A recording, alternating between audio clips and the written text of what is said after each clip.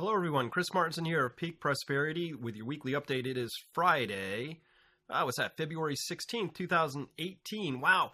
We just saw a huge rally in the markets this week, which a little suspicious over here, but you know my take. I believe that there are three kinds of markets out there that you can believe in.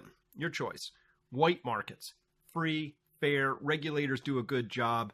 All the big bad actors are caught and appropriate punishments are meted out, and the prices you see in the markets are reflective of reality and future prospects.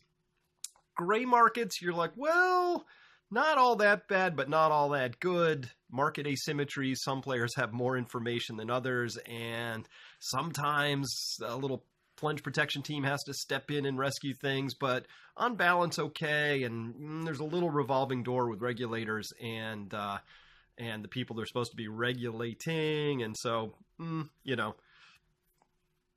kind of gray. We're not so clear on how that all works out, but on balance, neither not great or bad. And then you could believe in black markets, which means, hey, these things are rigged.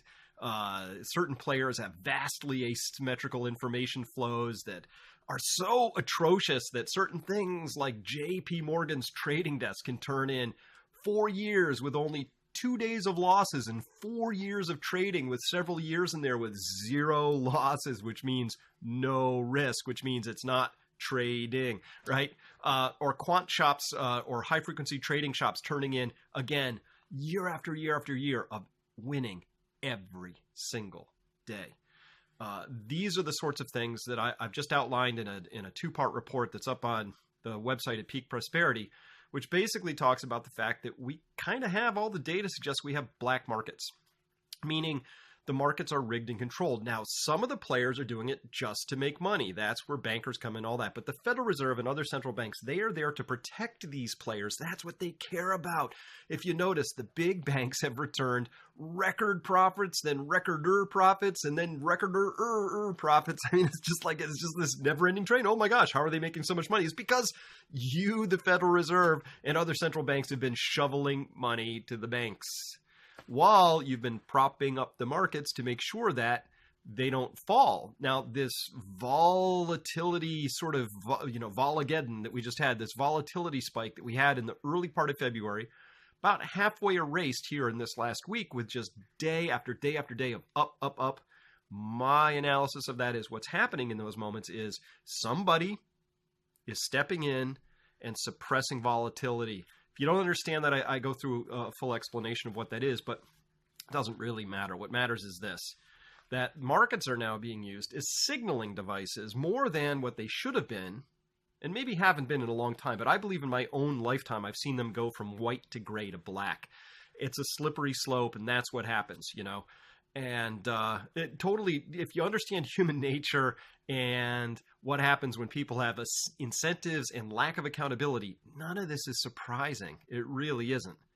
What should also not be surprising is what happens next in this story, because when you prop markets and you have them doing things they're not supposed to be doing, which is efficient capital allocation and sort of divining the future and giving us good information about what's likely to happen in the future. So a high rate of interest on a company means kind of dodgy. Let's watch out here, right?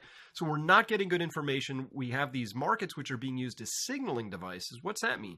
Hey, there was that 2010 op-ed piece or editorial piece by Ben Bernanke, then chairman of the Federal Reserve, saying, we believe in this thing called the wealth effect, and it would be lovely if financial asset prices rose and people felt wealthier. That would make them more likely to borrow and spend.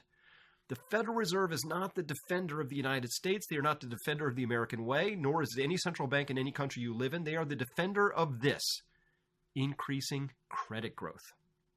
That's it. That's the whole game. We want you borrowing more so that you will spend more. You should be spending money you don't have on things you don't need so that the banking system can make record profits, right? That's the game. So that's the whole game. It's really not that sophisticated. It's not that lovely. It's not that defendable. It's not that noble.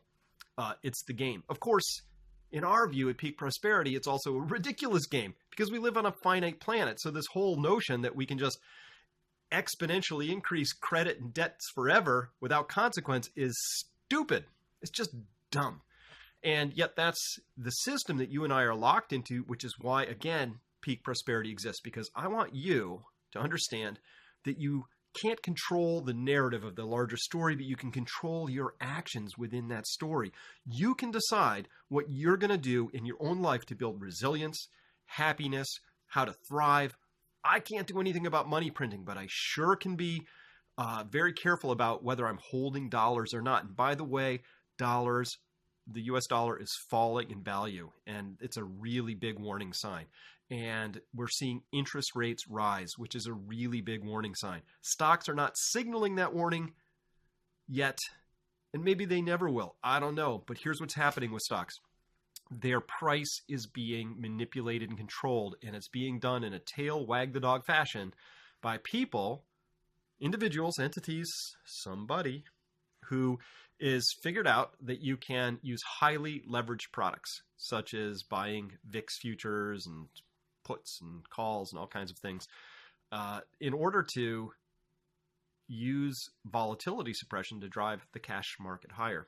Listen, it's just the world we live in. So I'm not here to say, I want to go back to the old days of, of trading everything on paper, or maybe I am. But with that volatility suppression, here's the thing that your central banks have not been able to do ever, and that is deny reality or to suppress reality. And reality continues unabated. The United States is embarking on the largest ever deficit spending spree that we've seen in my lifetime. And I saw some doozies, and here we are again. And that's if and only if the Trump budget is just a train wreck of deficit spending, if he achieves, or the United States achieves, the 5% economic growth that's sort of baked into those numbers. If we achieve what we've actually achieved over the last 12 years running, those deficit numbers explode. And then they explode even higher if we have a recession. Hey, guess what? All of these things are more likely than not, and you need to protect yourself. So that's why I wrote this most recent two-parter. Hey, come on, check that out, and check out all the other wonderful information we have at Peak Prosperity. I'll talk to you next week. Again, Chris Martinson from Peak Prosperity. I'll see you next week.